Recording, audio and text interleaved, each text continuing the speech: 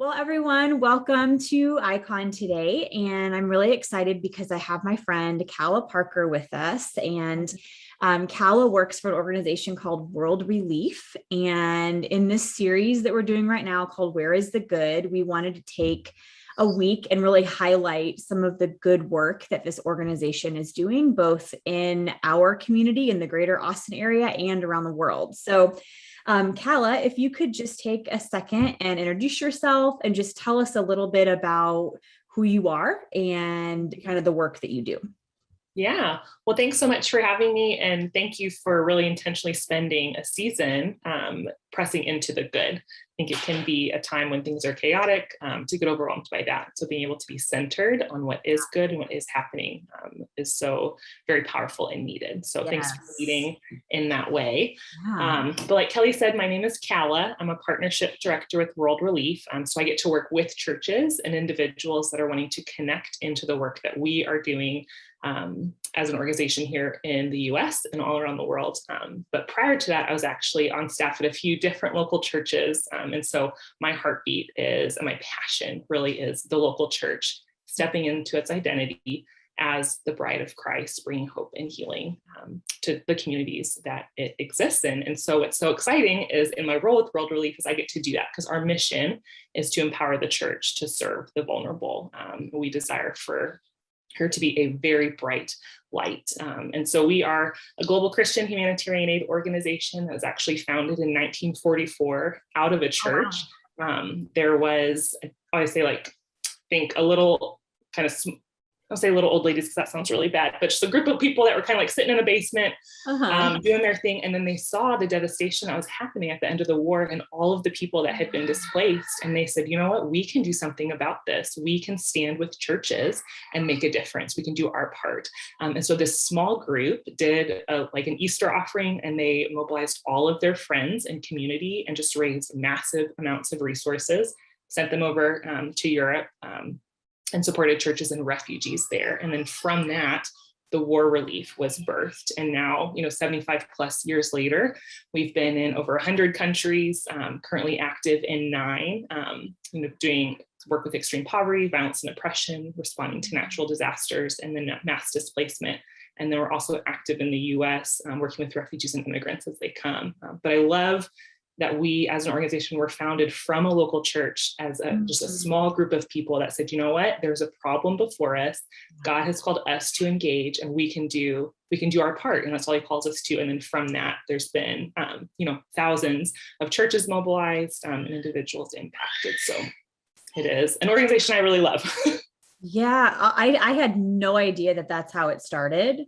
And that's really incredible. And it's so inspiring too, to think sometimes we just think, what can I do? How, it's just little old me, I don't have a lot of resources. I don't have a lot of connections, but yet you said it was a group of women. Is that who you said it was? Yeah, it's a group of a small group, and most of them are women. And they just said, we can be faithful to what God has placed before us, and we can act and invite others to do that with us. And their legacy is such a beautiful thing.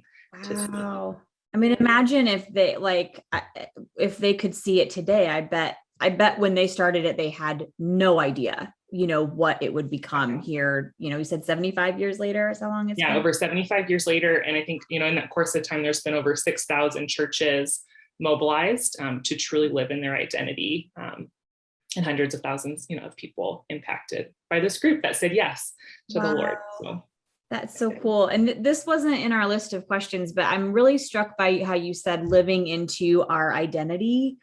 Can you maybe unpack that a little bit more and talk about kind of how would you see that kind of fleshed out in our everyday life as far as the church? Yeah.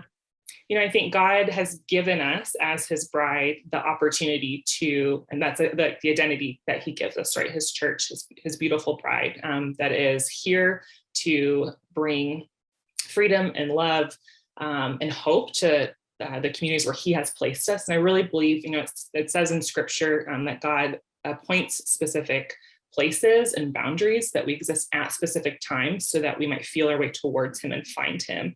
And many times we think about that versus those that are in movement. We think about that with refugees or immigrants, but I really believe that that verse is for us as one for church, or the church, that he has placed churches in specific areas at specific times so that they can be a light to the community around them. But we have the opportunity to step into that. It says that God has prepared in advance good works for us, that we may walk in them.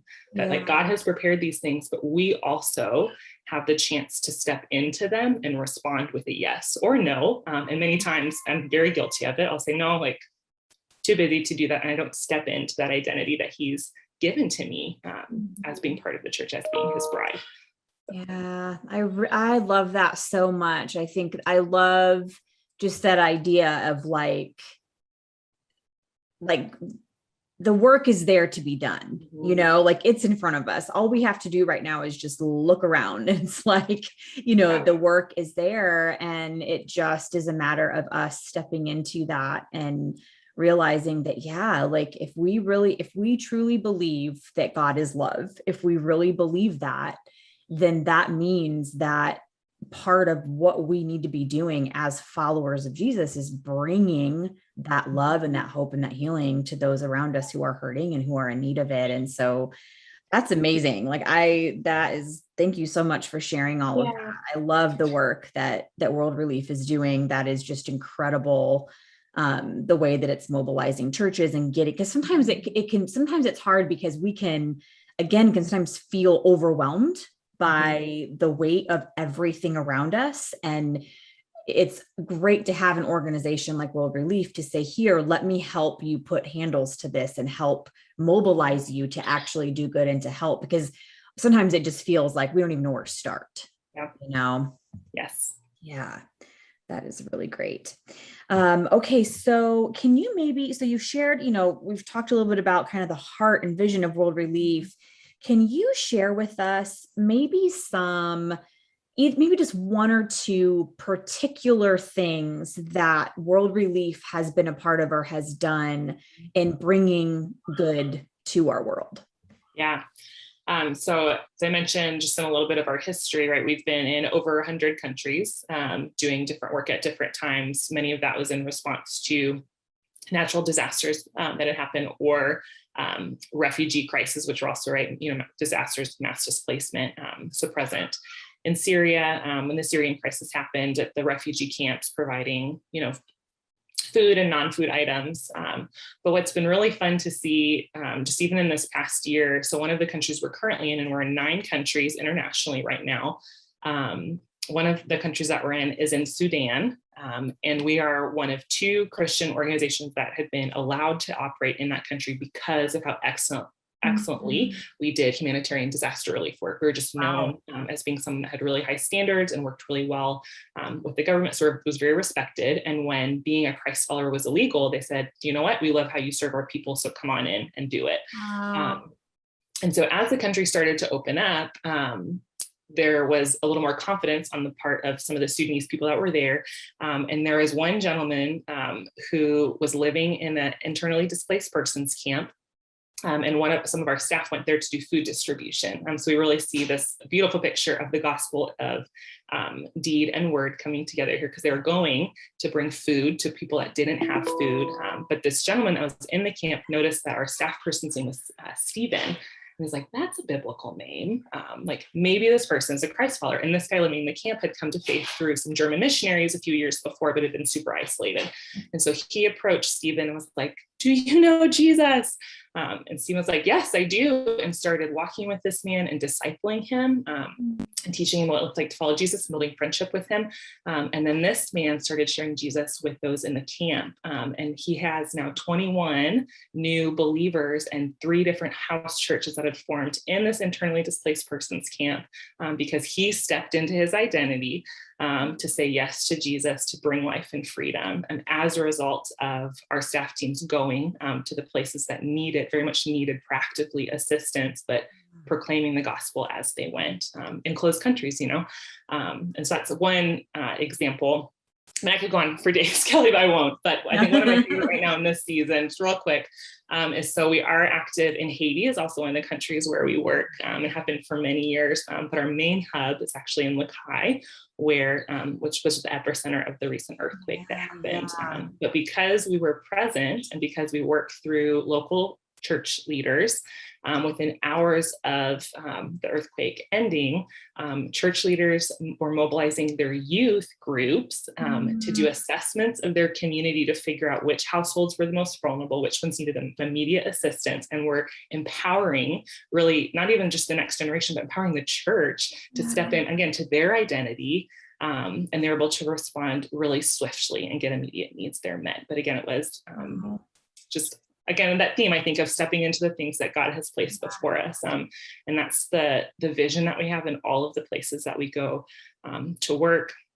I tell you about, I could keep going, but I won't. Be here all day sharing about Burundi and Rwanda and Kenya and Congo. But God is doing some really amazing things through his church.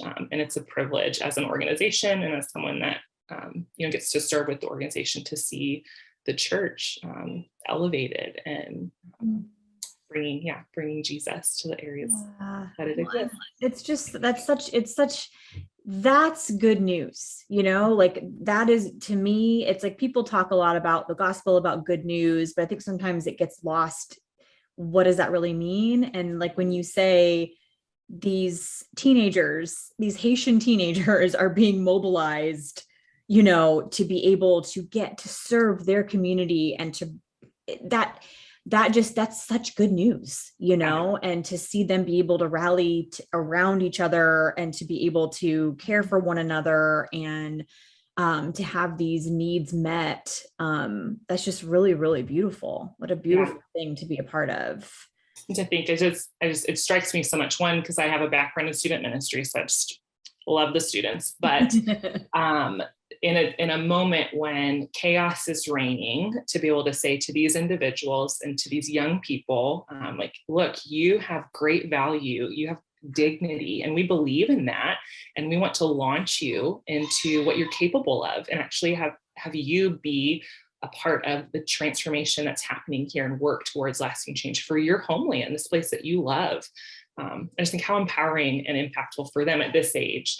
I envision them 10 years from now and how they'll be leading in their community, and it just makes me so excited. That's just that empowering people and getting people to come together. I mean, that's really the power of community, is coming together and taking care of one another, especially when something like that happens that is so, like where you said, where chaos is reigning. I mean, I just can't even imagine what that had to have been like in those moments for them, and for them to be able to step into that is just absolutely incredible. Okay, so maybe can you, we have been talking a little bit through email, and we've already been telling our church how we are partnering with World Relief. We are in the process of raising funds to be able to help with the current kind of refugee crisis that we see happening with a lot of people who are being displaced in Afghanistan. Can you maybe talk a little bit about specifically the ways that World Relief is going to come alongside these refugee families that are going to be making their way to the Austin area? Yeah. So it's really a unique point in history as we think about, and really the history of the refugee resettlement program. So World Relief is actually part of founding the Refugee Resettlement Program in the late 1970s with the US government. And today we're one of 9 agencies that actively receives refugees. And what's interesting is, if anybody's been tracking kind of the refugee ceiling that gets set every year by the administration over the past 4 or 5 years, it's been significantly decreased. So I think last year it was, I'll get my numbers wrong, but only like 8,000 or something like that. Or in 2020. And so as you look at how the agencies are positioned to respond to receiving 70,000+ refugees over the next 3 months, it doesn't look good. Yeah. And yet what's so beautiful and what we're so excited about is it's such a great opportunity for the church to truly be the church and to respond to a need that is quite massive, to be really blunt. Because what we've seen right over the past many weeks is with the U.S. forces pulling out, there have been massive amounts of people that have been evacuated. Many of them have gone to other countries where they're waiting as their paperwork is processed, and as they're figuring out if they'll be able to come to the U.S. or not. The government has said that they are committed to receiving 70,000 individuals.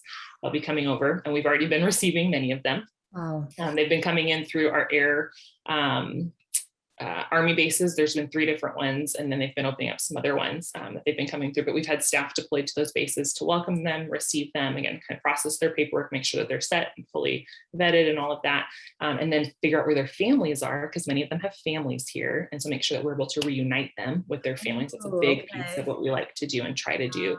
And then family members that have people here that we've been working with really actively for the last decade, as we've resettled Afghans, they're coming to us with a list of family members saying, please help get them out or figure out where they are. So we've been working to try to locate them, to try to again reunite them, because we do believe that God desires for the family unit to be together, and we're committed to advocating for those people that have been separated. So as the families are coming through, they're then being sent out around the US. Many are coming to Texas, many are coming to Austin. Our World Relief office is in the Dallas-Fort Worth area, but we service and work with partner churches, just like you guys, kind of all throughout the Texas area. When refugees arrive, they are experience a lot of different things getting here, which could be a whole nother topic for a different time. But when they arrive, if they come through with a refugee, asylee, or what many Afghans are coming through with, which is a SIV, or a special immigrant visa, they have that status, then they receive 90 days assistance from the US government, which gives them access to a caseworker, to vital services such as English classes,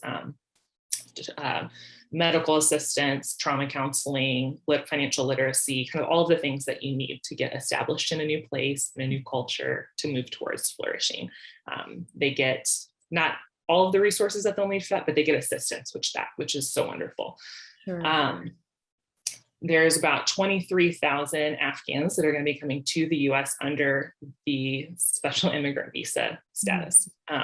There's also about 50,000 that are going to be coming under what is called a humanitarian parole status. And we're getting a little bit into legal stuff, so sorry, but it's really important, because those that come over under the humanitarian parole status are not eligible for any of the government assistance that they would have if they have the SIV status. And they're also not eligible for employment. And they only have 3 years to get their status shifted before they're then sent back out of the country. So the government very rarely uses the status, but in order to get people out quickly, because they're in danger, they kind of reinstated it. It had been used before with Cubans and Haitians. But what we're seeing now is there's a huge need for all of these vital services that these individuals are becoming, but there's no resources to give to them. And so we, as an organization, have there's an opt-in program with the government. You can say, yes, we'll receive parolees or not. And we believe that God calls us to serve and love vulnerable peoples, regardless of the legal status or assistance that we might receive. And so we have opted in, and we are really grateful for churches that are stepping in to say, we want to stand with these families to help them launch well, settle here well, and move towards really integrating into life here and finding their new home and community.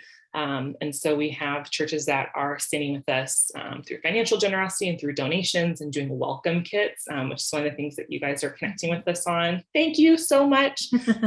What the welcome kits do, and why they're so wonderful, is as families are arriving, they get a certain amount of resources, but the more that we're able to provide for them on the front end, the longer those resources last. So the more that they're able to have money for rent, or money for their transportation needs if they're doing public transportation. And so it gives them a longer on-ramp to really get established, because they only get 3 months of assistance. And imagine going to a place where you don't know the language and don't really know how to get a job, and you only have 3 months to figure it all out. And you're coming from a very traumatic situation, that's I just try to put myself in their shoes, and I can't imagine if all of a sudden I had to pack up my entire family and move to a country where I didn't know anybody, didn't speak the language, wasn't familiar with the culture. And then you're just kind of thrown. It's like, here, start your life. And it's like, well, how does that even, wow. Yeah. And so what's interesting with the Afghans arriving is so World Relief's been resettling refugees in Texas since the 1980s. So we work, with those communities quite a bit. But with with the Afghans coming in, the proximity time-wise to the trauma that they've experienced, like you were saying, Kelly, is it's different because it's so much closer. And so where many refugees, when they come, they've experienced great trauma, but it might be 2 or 3, 12 years removed because they've been living in an IDP camp waiting for their paperwork to get processed, which is, I mean, traumatic in and of itself, but you find your new normal, a new rhythm in the camp, right? But for these people, it's 2 hours ago, they were on, an airport fighting to try to get on a plane and getting separated from their family. And it's just so fresh. And so their mental, like the needs for social psycho support is very high for many of these people coming in. And so we're really grateful for churches standing in the gap for them to help provide what they need. And so Welcome Kits do that. They stand in the gap to help, set up apartments. So when people come, they can walk into a place that is ready to receive them, and they're able to experience a Christ-like welcome, to experience hospitality, which we see all through scripture. It's what God calls us to do, is to extend hospitality to the stranger. That's from really Genesis to Revelation. We see that. And so really grateful for you guys doing that in this situation. Yeah, that's just, it's like, as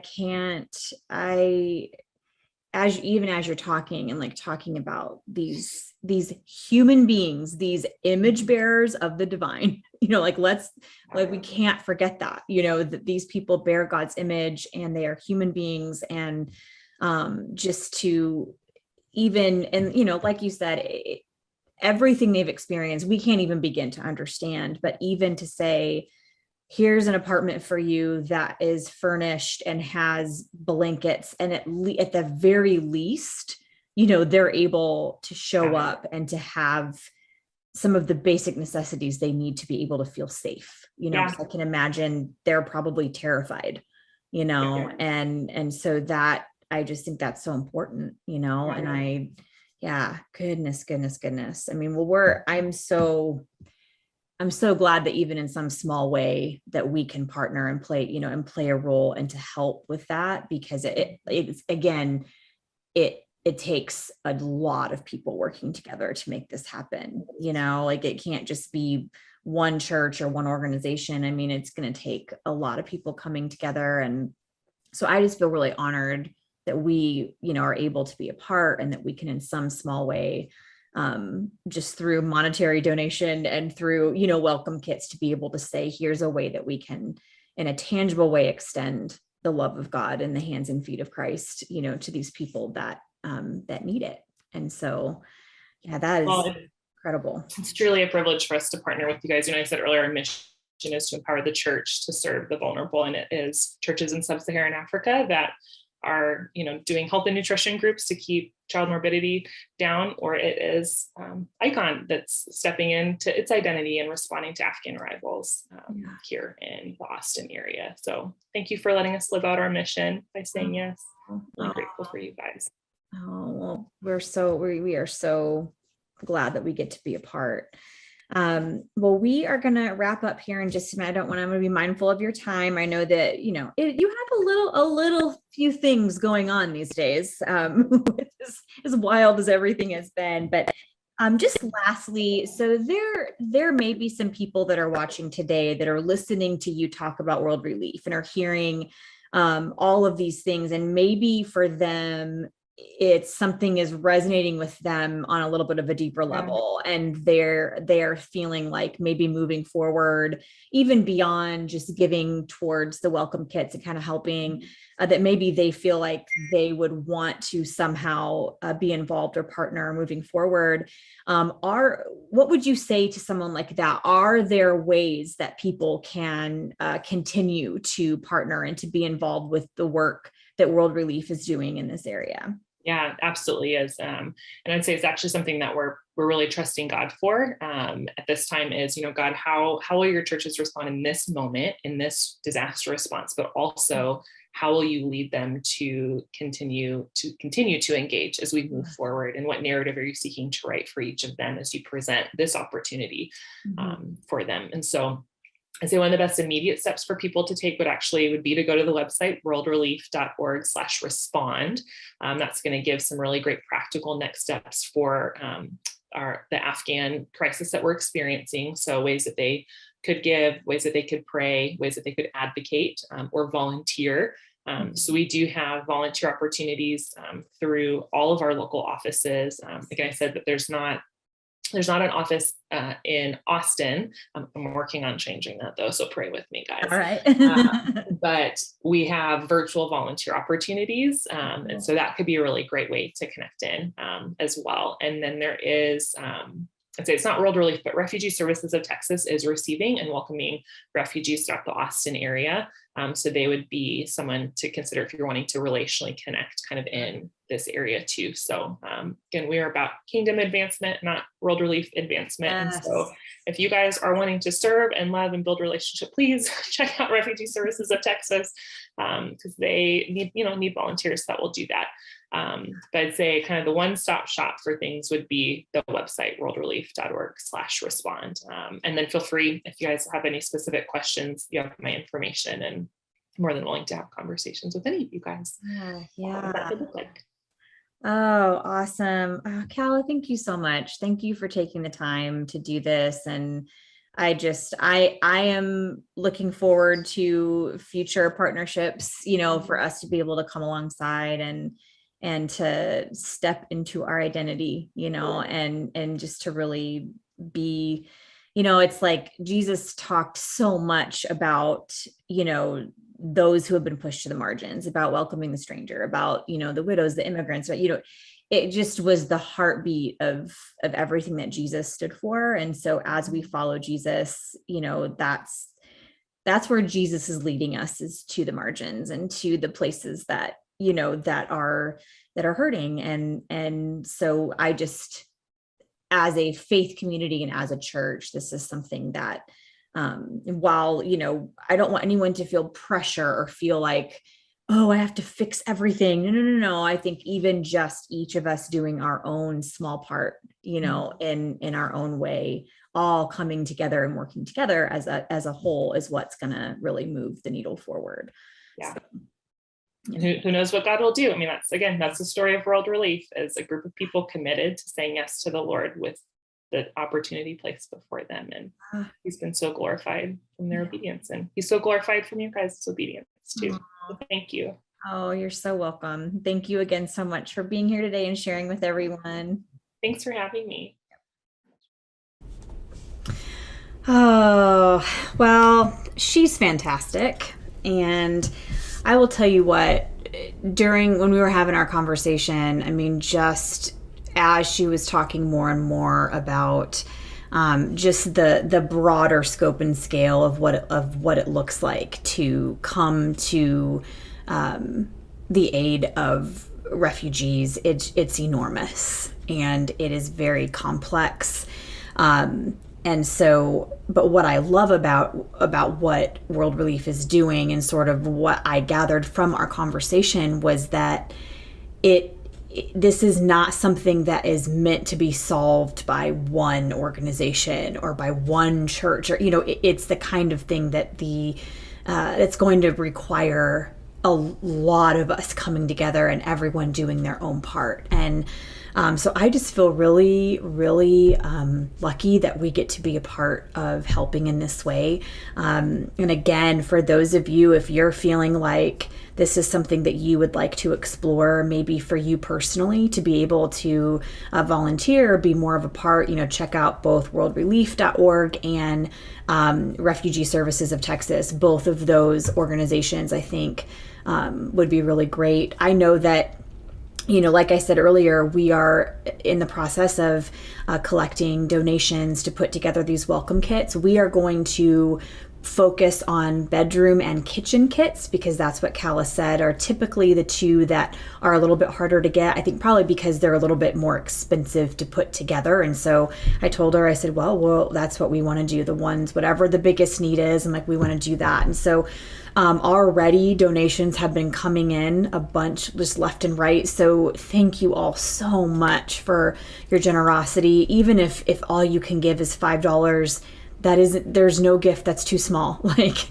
we need every single bit that we can to be able to do our part. And again, it's not about,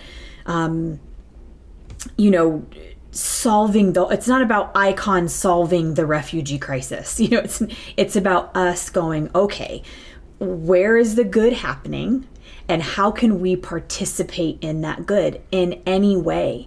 And so that's what we're going to do, is we're looking at the good that is happening. We're looking at the way that World Relief is partnering in countries around the world to ensure that people have dignity, that people have what they need, that people are loved, that they feel safe, that they're getting the support that they need as they are walking through really traumatic situations. And when I look at that, I just think, yeah, this is what love would have us do. Love would have us say, we want to be able to partner and participate in any way that we can. And so again, you can check out those websites if you want more information or you want to get more involved. Also, you can go to the giving page at iconchurch.com/give. The drop down is World Relief to be able to donate towards those welcome kits. We will be at the end of September. I haven't got a set date yet from Calla, but it'll be at the end of September is when we will make that delivery. We told her we would take care of delivering all the welcome kits to the Dallas area. So also if you are interested in when it gets to that point of like putting them together, doing the shopping and boxing everything up and even making the drive to Dallas, just reach out and let us know. We would love to have you be able to partner and be a part in that way. So I hope you guys loved that. I hope that you were inspired and encouraged and challenged for all of us to do our part, and that we can go about our Sunday holding on to that piece of the good, that there is good that is happening and we get to be a part of it. So I love you all so much, and thank you so much for joining us today. And we will see you back here next Sunday as we continue our series, Where is the Good? Have a great day, everyone.